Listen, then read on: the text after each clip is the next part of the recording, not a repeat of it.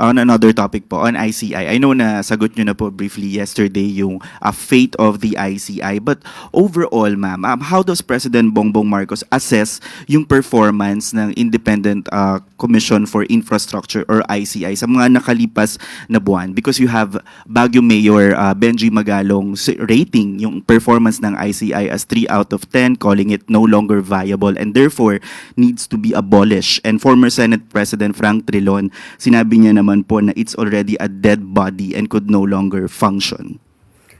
Siguro po, muli kay Mayor Magalong, wag niya naman muna pong pangunahan kung anong nasa isip ng Pangulo. Sa ngayon po, nandiyan po ang tiwala ng Pangulo sa ICI. Ang nais lang din po ay mapanagot ang lahat mapanagot. Walang sinisino, walang kinikilingan. At hayaan na lang po natin muna kung ano po ang mangyayari sa ICI dahil sa ngayon po, ang tiwala ng Pangulo sa ICI ay nandiyan pa rin po. So kung ano man po ang sinasabi ng iba, hayaan na natin at huwag pangunahan ng Pangulo. Ma'am, sa ICI lang po, sabi po ni Special Advisor Rodolfo Azurin, the ICI cannot yet make any referrals amid its ongoing probe po sa flood control due to lack of commissioners.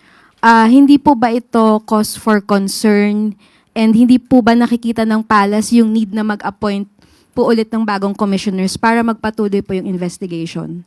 Sa ngayon po sa aking pagkakatingin ay hindi naman po pwedeng hindi sila or wala silang kakayanan magrekomenda ng kaso na maaari maimbestigahan. Kahit sino nga po ay pwedeng magbigay ng anumang rekomendasyon sa ombudsman. So kung kanila yung recommendatory kanilang function to recommend the filing of the case to the ombudsman, kahit po nag-iisa ang isang Justice Reyes. Kung ito naman po ay may sapat na ebidensya, hindi naman ito makakahadlang para sila po ay mag-rekomenda ng pagsasampa ng kaso. So ma'am, for you po, parang hindi po kailangan ngayon ng kapalit sina Fajardo and Singson?